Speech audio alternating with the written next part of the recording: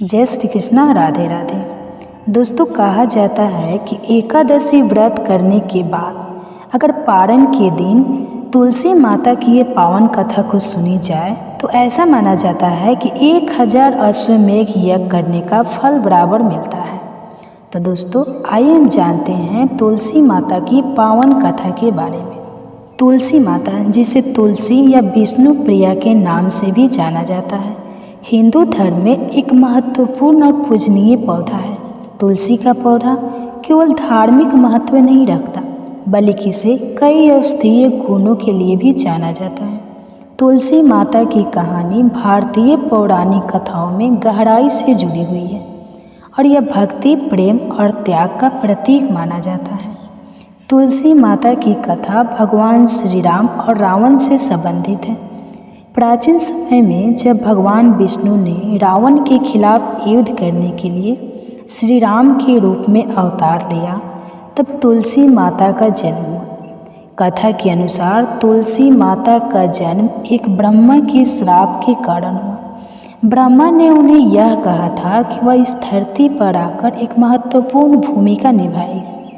तुलसी माता की कहानी में एक अन्य महत्वपूर्ण पात्र है भगवान विष्णु। कहा जाता है कि तुलसी माता भगवान विष्णु की परम भक्त थी। तुलसी के प्रति भगवान विष्णु की विशेष कृपा थी, इसलिए तुलसी के पौधे को पूजा जाता है और उसे घर में लगाना शुभ माना जाता है। तुलसी माता का एक संपूर्ण संबंध भगवान विष्णु के अवतार शालिग्राम से भी है। कहा जाता है कि तुलसी माता ने भगवान विष्णु से कहा था कि वह चाहती है कि उनके पति शालिग्राम हो। भगवान ने उन्हीं इच्छा को स्वीकार किया, इसलिए तुलसी माता को भगवान विष्णु की पत्नी माना जाता है। तुलसी माता की कथा में एक महत्वपूर्ण मोड़ तब आता है जब उनका विवाह राक्षस धर्मा से होता है।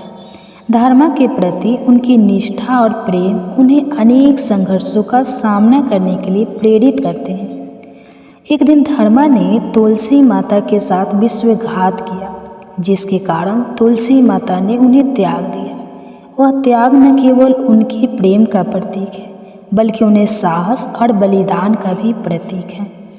तुलसी का माता का पौधा केवल घरों में नहीं, बल्कि मंदिरों में भी विशेष स्थान रखता है।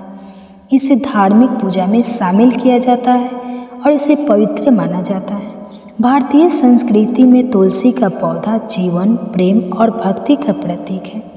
तुलसी माता की कहानी केवल एक पौराणिक कथा नहीं है, बल्कि यह भक्ति, त्याग और प्रेम की एक प्रेरणादायक कहानी है। यह हमें सिखाती है कि सच्चे प्रेम और निष्ठा के साथ जीवन जीना ही सबसे बड़ा धर्म है। तुलसी माता का पूजन हर घर में किया जाता है और उनका नाम लेते ही भक्तों के मन में श्रद्धा और भक्ति की भावना जागृत होती है। तुलसी माता की कहानी हमें यह सिखाती है कि प्रेम और भक्ति के मार्ग पर चलना चाहिए और जीवन में आने वाले संघर्षों का सामना साहस के साथ करना चाहिए। तुलसी माता की भक्ति और श्रद्धा हमें हमारे जीवन में मार्गदर्शन करते हैं। यह कहानी केवल एक धार्मिक कथा नहीं, बल्कि जीवन के गहरे सत्य का प्रतिबिंब है। तुलसी माता, जिसे तुलसी या विष्णु प्रिय के नाम से भी जाना जाता है, हिंदू धर्म में एक महत्वपूर्ण और पूजनीय पौधा है। तुलसी का पौधा केवल धार्मिक महत्व नहीं रखता, बल्कि इसे कई औषधीय गुणों के लिए भी जाना जाता है। तुलसी माता की कहानी भारतीय पौराणिक कथाओं में गहराई से जुड़ी हुई है और यह भक्ति, प्रेम और त्याग का प्रतीक मानी जाती है। तुलसी माता की कथा भगवान श्री राम और रावण से संबंधित है, बल्कि इसे घरों में शुभता और पवित्रता का प्रतीक भी माना जाता है। तुलसी माता की पूजा विशेषकर हिंदू धर्म में बहुत महत्वपूर्ण है। तुलसी माता का जन्म एक समय हुआ जब राक्षसों ने देवताओं पर अत्याचार करना शुरू कर दिया था। उनके पिता का नाम दधीची ऋषि था और माता का नाम अनुसुईया था। तुलसी का विवाह भगवान श्री राम के परम भक्त सबाला के साथ हुआ। उनके पति के साथ एक विशेष घटना ने उन्हें जीवन को बदल दिया। तुलसी ने अपनी सुंदरता के कारण राक्षसों का ध्यान आकर्षित किया। राक्षसों ने उन्हें पकड़ने का प्रयास किया, लेकिन तुलसी ने अपनी चतुराई और बुद्धिमानी से उनसे बचने का प्रयास किया। एक बार तुलसी ने अपने पति के प्रति अटूट प्रेम दिखाते हुए एक व्रत किया, जिससे भगवान विष्णु ने उनकी रक्षा की।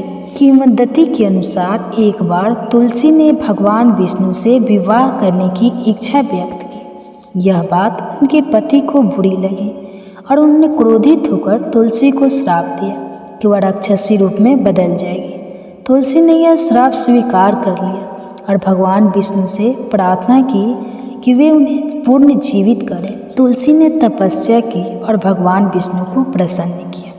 भगवान ने उन्हें आश्वासन दिया कि वे उनके साथ हमेशा रहेंगे। तुलसी ने फिर से जन्म लिया और उनका नाम तुलसी रखा गया।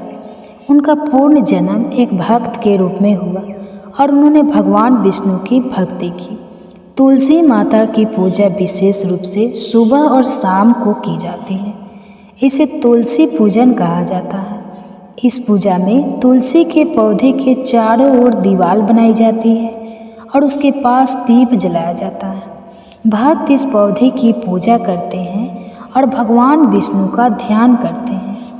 तुलसी का पौधा न केवल धार्मिक दृष्टि से महत्वपूर्ण है, बल्कि इसके औषधीय गुण भी हैं। इसे कई प्रकार की बीमारियों के इलाज के लिए उपयोग किया जाता है। तुलसी की पत्तियां स्वास्थ्य के लिए लाभकारी मानी जाती हैं और ये संक्रामक रोगों से बचाने में मदद करती है। तुलसी माता की कहानी भक्ति, प्रेम और समर्पण की प्रतीक है। उनकी पूजा करने से जीवन में शांति, समृद्धि और सुख शांति आती है। तुलसी माता का नाम लेते ही भक्तों के मन में श्रद्धा और विश्वास जागृत होता है। इस प्रकार तुलसी माता का चरित्र भारतीय संस्कृति का अभिन्न हिस्सा है। इस कहानी का संदेश है कि सच्ची भक्ति और प्रेम से किसी भी संकट का सामना किया जा सकता है। तुलसी माता की भक्ति से हर भक्त को भक्ति और प्रेरणा मिलती है। इस कथा के पीछे कई पौराणिक और धार्मिक कहानियाँ जुड़ी हैं, जो हमें इस पर्व की गहराई और उसकी महत्वता को समझने में मदद करती है। करवा चौथ व्रत कथा का आरंभ पुराने समय में हुआ था, जब महिलाएं अपने पति की लंबी आयु और सुखी जीवन की कामना करती थी। करवा चौथ व्रत की पौराणिक कथा है। बहुत समय पहले की बात है। एक साहूकार के 7 बेटे और एक बेटी थी, जिसका नाम वीरवती था। वीरवती अपने भाइयों की अकेली बहन थी, इसलिए सभी उससे बहुत प्रेम करते थे। वीरवती की शादी एक राजा से हुई थी।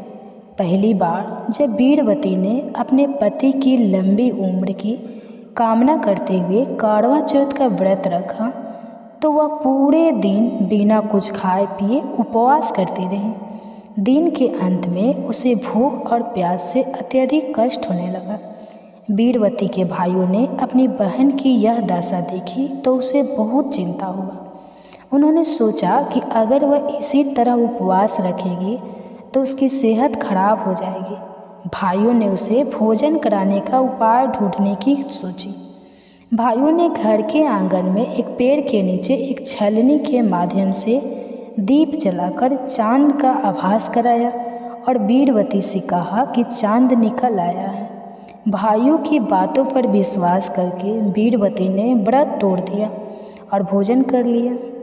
लेकिन जैसे ही वीरवती ने भोजन किया, उसे अपने पति की मृत्यु का समाचार मिला।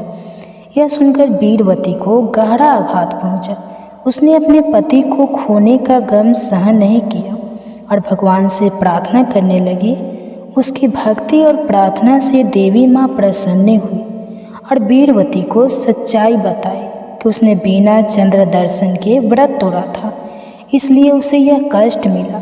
देवी माँ ने उसे करवा चौथ का व्रत पुनः विधि विधान से करने की सलाह दी और कहा कि अगर वह पूरे समर्पण और श्रद्धा से यह व्रत करेगी तो उसका पति पुनः जीवित हो जाएगा। वीरवती ने देवी माँ के निर्देशानुसार अगला करवा चौथ व्रत पूरी श्रद्धा और विधि से किया और उसकी भक्ति और तपस्या के कारण उसका पति पुनः जीवित हो गया। इस प्रकार करवा चौथ व्रत का महत्व सभी विवाहित महिलाओं के लिए और भी बढ़ गया, क्योंकि इस व्रत के माध्यम से वे अपने पति की लंबी उम्र और अच्छे स्वास्थ्य की कामना करती हैं। एक अन्य कथा के अनुसार कारवा नाम की एक पतिव्रता स्त्री थी। वह अपने पति से बहुत प्रेम करती थी और हमेशा उनके लिए प्रार्थना करती थी। एक दिन कारवा का पति नदी में स्नान कर रहा था, तभी एक मगरमच्छ ने उसे पकड़ लिया। कारवा ने तुरंत एक धागे से मगरमच्छ को बांध लिया और यमराज के पास जाकर अपने पति के जीवन की रक्षा के लिए प्रार्थना करने लगी। कारवा की पतिव्रता और संपर्ण से यमराज प्रभावित हुए और उन्होंने मगरमच्छ को मृत्यु दंड देकर कारवा के पति को जीवन दान दिया। कारवा की इस निष्ठा और संपर्ण के कारण उसका नाम इस व्रत के साथ जुड़ गया। तभी से यह माना जाता है कि जो स्त्रियां इस व्रत को श्रद्धा और निष्ठा से करती है, उनके पति की उम्र लंबी होती है और वे हर प्रकार की विपत्ति से बचे रहते हैं। करवा चौथ का व्रत रखने वाली महिलाएं सूर्योदय से पहले सरगी नामक भोजन करती है। सरगी का आयोजन उनकी सास द्वारा किया जाता है, जिसमें फल, मिठाई, मेवे और अन्य पौष्टिक आहार होते हैं। इसके बाद महिलाएं पूरे दिन उपवास करती हैं और बिना अन्न या जल के रहती हैं। दिन के दौरान वे भगवान शिव, माता पार्वती और गणेश जी की पूजा करती हैं और कथा सुनती हैं। शाम को चांद निकलने के बाद महिलाएं चंद्रमा को अर्घ्य देती हैं और अपने पति के हाथों से पानी पीकर व्रत खोलती हैं। इसके बाद वे अपने पति के पैर छूकर आशीर्वाद लेती हैं और पति भी उन्हें आशीर्वाद देते हैं। इस प्रकार करवा चौथ का व्रत पति पत्नी के बीच प्रेम और संपर्ण को और भी गहरा करता है। करवा चौथ व्रत का आध्यात्मिक और सांस्कृतिक महत्व भी है।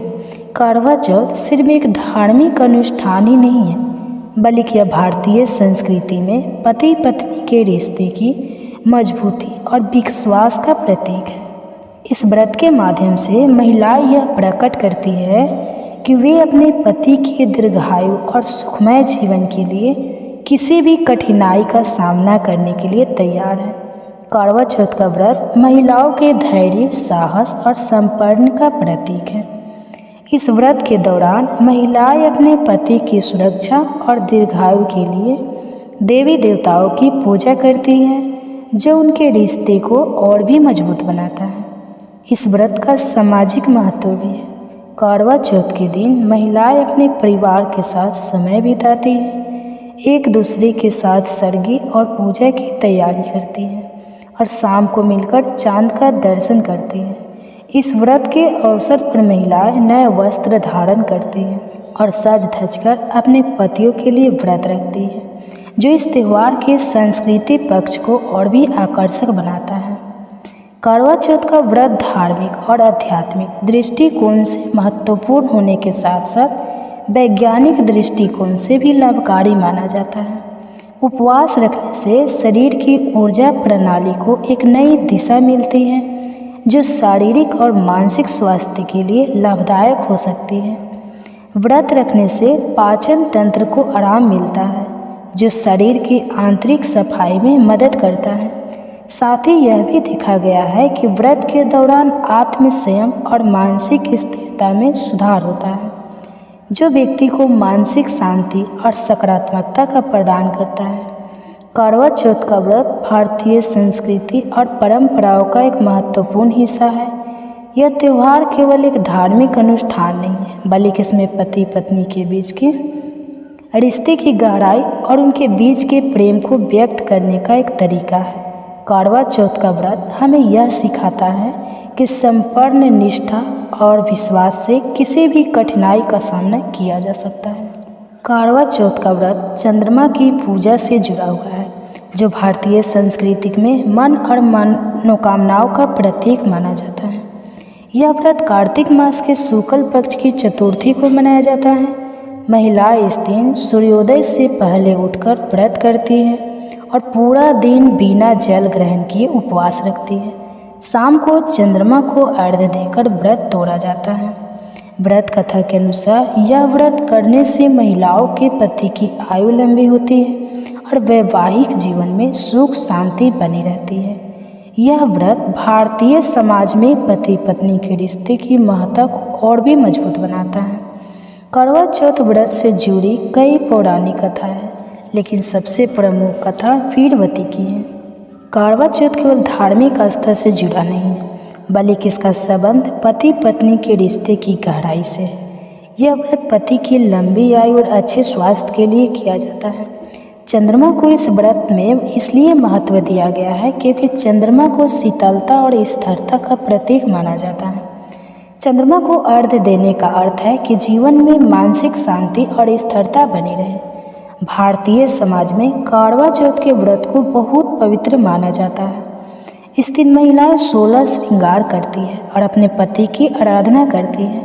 16 श्रृंगार का प्रतीक है स्त्री की संपूर्णता और उसके वैवाहिक जीवन की पूर्णता। यह पर्व एक तरह से स्त्री की निष्ठा और संपन्न का प्रतीक भी है। करवा चौथ के व्रत की तैयारियां कई दिन पहले से शुरू हो जाती हैं। महिलाएं इस दिन के लिए विशेष साज सज्जा करती हैं। नए वस्त्र, गहने और 16 श्रृंगार इस व्रत का अहम हिस्सा होते हैं। व्रत के एक दिन पहले महिलाएं सज या बया की तैयारी करते हैं। सज में मिठाइयाँ, फल, मेहंदी, चूड़ियाँ आदि रखे जाते हैं, जो सास या परिवार की बुजुर्ग महिलाओं को दिए जाते हैं। यह एक तरह की परंपरा है जो पीढ़ियों से चली आ रही है। सुबह सूर्योदय से पहले महिलाएं सरगी खाती है, जो उनकी सास द्वारा दी जाती है। सरगी में फल, मेवा, मिठाई और जल होता है, जिससे पूरे दिन का उपवास सुचारू रूप से किया जा सके। इसके बाद महिलाएं दिन भर निर्जला व्रत रखती हैं और शाम को चंद्रमा के उदय होने का इंतजार करती हैं। शाम के समय महिलाएं करवा चौथ की पूजा करने के लिए एकत्र होती हैं। एक साथ बैठकर करवा चौथ की कथा सुनी जाती है और करवा माता की पूजा की जाती है। पूजा के दौरान करवा मिट्टी का बर्तन का विशेष महत्व होता है, जो इस व्रत का प्रतीक है। करवा में जल भरकर इसे चंद्रमा को अर्पित किया जाता है। पूजा की थाली में धूप, दीप, चावल, रोली, मिठाई और जल से भरा करवा रखा जाता है। करवा चौथ की कथा सुनने के बाद महिलाएं चंद्रमा को अर्घ्य देती हैं और फिर अपने पति के हाथों से जल ग्रहण कर अपना व्रत तोड़ती हैं। यह एक महत्वपूर्ण क्षण होता है जब पति अपनी पत्नी को जल पिलाकर उसका व्रत तोड़ती है। इससे उनके बीच के संबंध और भी प्रकट हो जाते हैं। आज के समय में करवा चौथ का स्वरूप भी कुछ हद तक बदल गया है। पहले यह व्रत केवल धार्मिक आस्था तक सीमित था, लेकिन अब यह एक सांस्कृतिक उत्सव के रूप में भी देखा जाने लगा है। आधुनिक समय में इस व्रत को मनाने का तरीका भी बदला है। अब यह त्यौहार केवल धार्मिक न होकर सामाजिक आयोजन के रूप में भी मनाया जाता है। लोग एक दूसरे के घर जाते हैं, उपहारों का आदान प्रदान करते हैं और एक साथ मिलकर भोजन करते हैं। वर्तमान समय में करवा चौथ का त्यौहार फैशन और ट्रेंड का हिस्सा भी बन गया है। महिलाएं इस दिन विशेष रूप से डिजाइन कपड़े पहनती हैं और ब्यूटी पार्लर जाकर सजती संवरती है। इसके बावजूद इस व्रत की मूल भावना आज भी वही है, पति की लंबी आयु और सुखी वैवाहिक जीवन की कामना। करवा चौथ का व्रत न केवल पति पत्नी के रिश्ते को मजबूत प्रदान करता है, बल्कि समाज में महिलाओं की भूमिका और उनके समर्पण को भी दर्शाता है। यह व्रत परिवार की एकता और सामूहिकता का प्रतीक है, जहां महिला एकजुट होकर अपने परिवार की खुशहाली और समृद्धि के लिए प्रार्थना करती हैं। इस व्रत के दौरान परिवार के सदस्य भी एक दूसरे के साथ समय बिताते हैं, जिससे परिवार संबंध और भी मजबूत होते हैं। यह व्रत एक तरह से परिवार और समाज के बीच जुड़ाव और सामूहिकता को भी बढ़ावा देता है। करवा चौथ का व्रत हमें यह सिखाता है कि हमारे रिश्तों में प्रेम, विश्वास और त्याग की कितनी महत्ता है। करवा चौथ के व्रत से जुड़ी एक और मान्यता है कि इस दिन महिलाएं न केवल अपने पति के लिए बल्कि अपने बच्चों और परिवार की खुशहाली के लिए भी प्रार्थना करती है। इस दिन का धार्मिक और आध्यात्मिक महत्व इतना गहरा है कि महिलाएं इसे अपनी आस्था और विश्वास के साथ निभाती हैं। करवा चौथ के दिन किए गए व्रत और पूजा से महिलाओं का मनोबल और आत्मविश्वास भी बढ़ती है। कुछ स्थानों पर करवा चौथ के दिन अन्य देवी देवताओं की पूजा भी की जाती है, विशेष रूप से भगवान शिव, माता पार्वती और भगवान गणेश की। आप जानेंगे करवा चौथ के आसान पूजा विधि के बारे में, ताकि आपको इस दिन पूजा करते समय किसी बात की कोई परेशानी ना रहे। और आप जानेंगे कौन कौन सी आवश्यक पूजन सामग्री इस दिन आपकी पूजा की थाली में होना जरूरी है। अगर आपको आज की यह वीडियो पसंद आए तो वीडियो को लाइक करके इस वीडियो को आप ज़्यादा से ज़्यादा लोगों तक शेयर भी कीजिएगा। और इस दिन करवा चौथ की कथा भी आप सुनिए। पूजा के लिए आपको चाहिए मिट्टी का दार, करवा और ढक्कन, पानी का लोटा, गंगा जल, दीपक, रुई, घी, धूप, दीप, चंदन, कुमकुम, रोली, अक्षत, फूल, कच्चा दूध, दही, शहद, चीनी, हल्दी, चावल, मिठाई, चीनी का बना मेहंदी, महावर, सिंदूर, कंघा, बिंदी, चुनरी, चूड़िया, बिच्छू और गौरी बनाने के लिए भी मिट्टी, लकड़ी का आसन या लकड़ी की चौकी, छलनी और बहुत सी जगह पर चंद्रमा को अर्घ्य देते समय जल के लोटे में सरिये भी लगाई जाती हैं। सरिये पतली पतली बारीक लंबी सीखें होती है, तो 7 की संख्या में यदि आपको चाहिए तो आप सरिये भी रख सकते हैं। 8 पुड़िया की उठाव ले जाते हो, साथ में कुछ दक्षिणा के पैसे और किसी सुहागिन महिला को देने के लिए बहने के रूप में जो भी श्रृंगार की सामग्री, वस्त्र, मिठाई, फल आदि है वह भी आपको पूजा में रखने चाहिए। जो भी महिला करवा चौथ का व्रत रखने वाली है उन्हें एक दिन पहले ही मेहंदी आदि लगा लेनी चाहिए। और करवा चौथ व्रत के दिन सुबह ब्रह्मा मुहूर्त में उठकर यदि आपके यहाँ सरगी खाने का रिवाज हो तो आप सरगी ग्रहण कर लें। फिर व्रत के दिन प्रातःकाल स्नान करने के बाद साफ स्वच्छ लाल रंग के वस्त्र धारण करके और श्रृंगार करके आप संकल्प बोलकर करवा चौथ व्रत का आरंभ करें। मंत्र है मम सुख सौभाग्य पुत्र पौत्र आदि सो स्तर श्री प्राप्त करक चतुर्थी व्रतम अहम करिष्यामि। आप ऊपर बोलकर संकल्प ले रहे हैं। इसमें आपके हाथ में आप पुष्प, जल और अक्षत रखिए और संकल्प लेने के बाद आप इनको माता पार्वती के श्री चरणों में अर्पित कर दें। इसके बाद आप विधि विधान से पूजा करें, धूप दीप जलाएं। भगवान श्री गणेश जी की पूजा से कोई भी व्रत या कोई भी पूजा प्रारंभ की जाती है। भगवान गणेश जी की पूजा भी इस दिन विशेष रूप से करें, क्योंकि कार्तिक मास के कृष्ण पक्ष की यह संकष्टी चतुर्थी है और इस दिन माताएं अपनी संतान की लंबी उम्र के लिए व्रत रखती है। करवा माता की पूजा करें और यदि हो सके तो सुबह के समय भी आप कथा पढ़ सकती हैं, नहीं तो शाम के समय मुख्य रूप से कथा पढ़ी या सुनी जाती है। सुबह के समय आप साधारण विधि से व्रत प्रारंभ कर सकती है। पूरे दिन इस व्रत में निर्जला रहा जाता है, यानी पानी की एक बूंद भी ग्रहण नहीं किया जाता है। और अगर आपके लिए पूरे दिन निर्जला रहना संभव ना हो तो आप दिन में एक समय चाय या दूध आदि ले सकती हैं। दीवार पर गेरू से फलक बनाकर पीसे हुए चावल के घोल से करवा माता का चित्र बनाया जाता है, या अगर आपके पास तस्वीर हो तो आप तस्वीर की पूजा कर सकते हैं। जो घोल से हम करवा माता बनाते हैं उसे वर कहते हैं। चित्र करने की यानी जो तस्वीर हम बनाते हैं करवा माता की प्रतीक रूप में उस करवा को करवा धरण करते हैं। करवा धरने के साथ ही 8 पुड़िया की उठावले बनाएं, पक्के पकवान बनाएं और फिर पीली मिट्टी से गौरी गणेश बनाएं। माता पार्वती की गोद में गणेश जी बनाकर बिठा दें। गौरी मैया को आप लकड़ी के एक आसन पर बिठाएं।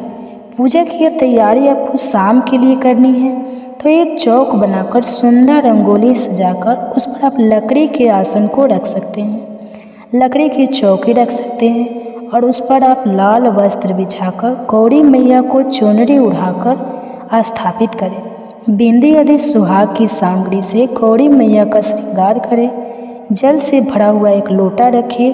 बैना यानी भेंट देने के लिए मिट्टी का टोटी द्वार करवा लें। कड़वे में गेहूँ और ढक्कन में शक्कर का पूरा भर दें। कुछ लोगों के यहाँ पर मेवे भरे जाते हैं या कुछ लोगों के यहाँ अक्षत भरे जाते हैं, खील बतासे भरे जाते हैं। तो जो भी आपके यहाँ परंपरा हो आप कड़वे में उसको भर सकते हैं। उसके ऊपर कुछ दक्षिणा जरूर रखें। रोली से कारवा पर स्वास्तिक बनाएं। कुछ जगह पर 2 कड़वे रखे जाते हैं और कुछ जगह पर केवल एक ही कड़वा रखा जाता है, क्योंकि करवा चौथ की पूजा में पूजा करने के साथ ही जो कड़वे होते हैं उन्हें आपस में बदला जाता है। तो ऐसे में जिनके यहाँ पर सास के साथ बैठकर यह पूजा की जाती है तो वह एक कड़वा अपनी सासू माँ के नाम पढ़कर पूजा कर सकती हैं। और यदि सासू माँ नहीं है या सासू माँ सुहागन नहीं है तो ऐसे में आप माता पार्वती के नाम से एक कड़वा रखकर उनसे अपना कड़वा बदल सकती हैं, क्योंकि इस व्रत में सुहाग भी लिया जाता है। इस प्रकार धूप दीप जलाकर भगवान से सच्चे मन से अपने पति की दीर्घायु की कामना करें। नमः शिवाय। सर्वाणी सौभाग्य सतति शुभम प्रच्छ भक्ति युता नाम नारा हरा वल्लभे। इस मंत्र का आपको पूजा करते समय जाप करना है, नहीं तो आप सच्चे मन से माता पार्वती से भी आप प्रार्थना कर सकती हैं। करवा चौथ की पूजा में जो आपने कड़वे रखे हैं उनका भी पूजन किया जाता है। कड़वों पर आप 13 बिंदी रोली या कुमकुम से लगाए घी या चावल के 13 दाने हाथ में लेकर करवा चौथ की कथा पढ़नी या सुननी चाहिए। कथा सुनने के बाद कड़वे पर हाथ घुमाकर अपनी सासू जी के पैर छूकर आशीर्वाद लेनी चाहिए और कड़वा उन्हें दे देना चाहिए। जिस समय कड़वे पर हाथ घुमाया जाता है माता पार्वती से कड़वा बदला जाता है, उस समय आपको एक विशेष प्रकार से कहना होता है, ले सुहागन ले कड़वा दे सुहागन दे कड़वा। 7 बार आपको ऐसा बोलना है। और इस तरह से करते समय आपको ध्यान रखना है कि जब आप ले सुहागन ले कड़वा कहेगी तो आपका वाला जो कड़वा है वह माता पार्वती की तरफ जाना चाहिए, और दे सुहागन दे कड़वा कहते समय आपको माता पार्वती से वह कड़वा अपनी तरफ लेना है। कुछ जगह पर कड़वा भी बायने के रूप में अपनी सासू माँ को या सुहागिन महिला को दिया जाता है। अब पूजा करने के बाद सबसे अंत में भगवान गणेश जी की और कड़वा माता की आरती करनी चाहिए। आरती करने के बाद जो भी भगवान आपके यहाँ भोग स्वरूप लगाए जाते हैं उन्हें आप भोग में लगाएं और अब चंद्र देवता को अर्घ्य देने की तैयारी हम करेंगे। चंद्र देवता को अर्घ्य देने के लिए एक लोटे में जल भरकर उसमें कच्चा दूध मिलाएं, शक्कर या मिश्री डालें, सफ़ेद पुष्प डालें। चंद्र देवता की आरती उतारने के लिए आप घी का एक दीपक रखें, धूप रखें और भोग लगाने के लिए कोई भी फल या मिठाई रखें, क्योंकि इस दिन चंद्रमा को छलनी से देखकर फिर पति को देखा जाता है। तो एक छलनी रखें। प्लास्टिक की छलनी का प्रयोग आपको नहीं करना चाहिए। पूजा में मिट्टी के ही दीपक का प्रयोग किया जाता है। मिट्टी का दीपक ना हो तो आप आटे का दिया भी बना सकते हैं इस दिन, क्योंकि पति के हाथों जल पीकर व्रत खोला जाता है। चंद्रमा दर्शन करने के बाद चंद्र देवता की पूजा करने के बाद छत पर या बालकनी में ही आपको जो जल है वो पीना होता है। तो ऐसे में आप एक थाली में या एक अलग बर्तन में अपने लिए गिलास में भरकर जल रखें। कोई भी फल या मिठाई रखें या फलों का जूस भी आप ले सकते हैं। नारियल पानी भी आप इस समय ले सकते हैं, तो वह भी आप साथ में ही छत पर लेकर जाएं। चंद्र देवता की पूजा करने के लिए आपका मुंह यानी जो व्रती महिला है उनका मुंह उत्तर पश्चिम दिशा में होनी चाहिए। चंद्रोदय होने पर आप चंद्रमा को डायरेक्ट नहीं देखें। चंद्रमा को छलनी से ही इस दिन देखा जाता है, तो छलनी से देखने से पहले आप छलनी पर दीप जलाकर रख लें, फिर चंद्रमा को देखें और उसी से आपको पति को देखना होता है। इस तरह से 7 बार करना होता है। इस पर चंद्रमा को फिर एक बार अपने पति को, ऐसा 7 बार करने के बाद चंद्र देवता को जो कड़वा है आपके पास, जो जल का लोटा है, उससे आप चंद्र देवता को जल का अर्घ्य दें। जो श्रैया या जो सतिया आपके पास होते हैं उन्हें आप एक एक करके गिराएं। जिनके यहाँ पर श्रैया यूज नहीं किए जाते हो वो डायरेक्ट अर्घ्य भी दे सकते हैं। जल का अर्घ्य देने के बाद चंद्र देवता की आरती उतारें, उन्हें पुष्प अर्पित करें, उन्हें फल या मिठाई का भोग लगाएं और चंद्र देवता की आरती उतारें। ओम सह चंद्रमसे नमः इस मंत्र का जाप करते हुए या ओम सोम सोमाय नमः इस मंत्र का जाप करते हुए आपको चंद्र देवता की पूजा करनी चाहिए। चंद्र देवता से प्रार्थना करनी चाहिए कि वह आपके पति की सदा रक्षा करें, आप और आपके पति के बीच में प्रेम संबंध मधुर बनाए रखें। और इस तरह से कामना करने के बाद आप अपने पति का पूजन करें, पति को तिलक लगाए, अक्षत लगाए, पुष्प अर्पित करें, पति के पैर छुए और फिर पति को आप गिलास या लोटे से जल पिलाएं, उन्हें मिठाई खिलाएं और उसके बाद उन्हीं के हाथों से जल और मिठाई खाकर अपने व्रत का पालन करें। यानी व्रत खोले जो दीप आपने चंद्र देवता की पूजा में जलाया है उसे वहीं आपको छत पर ही जलता हुआ छोड़ देना है। और जो मिट्टी का कड़वा आपने चंद्र देवता को अर्घ्य देने के लिए प्रयोग किया है, अगर मिट्टी का कड़वा है तो आप उसे विसर्जन कर देंगे। विसर्जन हमेशा अगले दिन ही किया जाता है। पति के हाथों जल पीने के बाद आप शुद्ध सात्विक पकवान ग्रहण करके अपना व्रत खोल सकते हैं, यानी अन्न ग्रहण कर सकते हैं।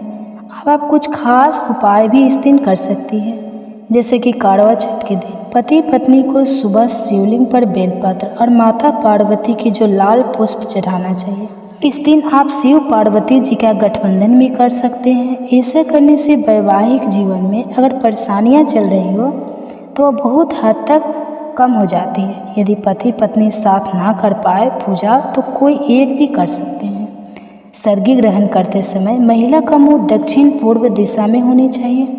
वास्तु के अनुसार पूर्व दिशा को सूर्य ग्रह की दिशा माना जाता है और दक्षिण दिशा के स्वामी यम होते हैं। जो भी भेंट स्वरूप बायना आपने निकाला है आप व्रत का पालन करने से पहले ही किसी सुहागिन महिला को दे दें। यदि आपके घर में कोई सुहागिन महिला नहीं है या आप अपनी ससुराल से दूर रहती है तो आप उस बायने को भेंट स्वरूप निकाल कर भी रख सकती है और बाद में आप समय आने पर जब भी अवसर आपको मिलता है तब आप सामग्री को दे सकती हैं। यदि आपके आसपास कोई भी ऐसी महिला ना हो या आप ससुराल में भी ना भिजवा पाए तो आप किसी भी गरीब सुहागिन महिला को यह भेंट स्वरूप बायना दे सकती हैं। लेकिन ध्यान याद रखना होता है, जिन्हें आप एक बार यह सामग्री देती हैं कोशिश करनी चाहिए कि हर साल आप उन्हीं को यह बायना दें। तो यह थी आज की वीडियो। इस बारे में और अधिक जानने के लिए कौन कौन से ऐसे नियम है या कौन कौन सी कथाएं हैं यह जानने के लिए आप हमारे चैनल पर इस दिन अपलोड होने वाली बाकी वीडियोज़ को भी ज़रूर देखिएगा। जानकारी अगर अच्छी लगी हो तो वीडियो को लाइक और शेयर करना मत भूलिए।